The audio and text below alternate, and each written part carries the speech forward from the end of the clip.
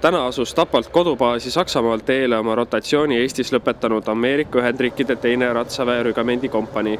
Ameeriklased liikusid läbi Eesti 2 kolonnis, kus oli kokku üle 40 sõjaväemasina. Samuti olid üritusele kaasatud nii Kaitseministeeriumi esindajad, veteranid, noorkotkad ja kodutütred. Ma tulin siia soomukitega sõitma. Kuhu sa sõidad soomukitega? Ma sõidan kuskile Pärnu, aga ma ei teagi täpselt, kus me peatume. Ma tean, et me lihtsalt sõidame. Kui ma sain teada, et ma tulen, siis mul oli nagu vau, et 2 kodutütart ainult sai nagu Pärnumaalt. Nagu üleüldse tegelikult 2 ja 2 noorkotkast. Ja siis mul oli nagu, et täiega super, et ma sain tulla. Väga lahe.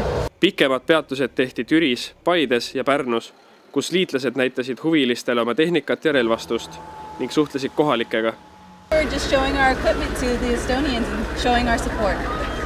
Have you had a chance to talk with the locals yet? Yes, we're taking pictures with a lot of children on our Humvee and having a great time. Pärnu näitusel esitlesid oma relvastust ja tehnikat ka kaitseliitlased ning soovijaile pakuti ka sõdurisuppi. Kohalikel oli garanteeritud lõbus laupäeva hommik ning ka ameeriklased olid enne edasiliikumist rahulolevad. I really enjoyed my stay in Estonia. The Estonian people are very hospitable. A little colder than what I'm used to where I come from, but all in all, it was a very good stay. We got one more stop in Estonia for sure, and then we head down into Latvia and Lithuania, and then we head all the way back. So we got a couple stops in each country planned ahead. So long road, probably like 1,200 miles to go, but gotta start somewhere.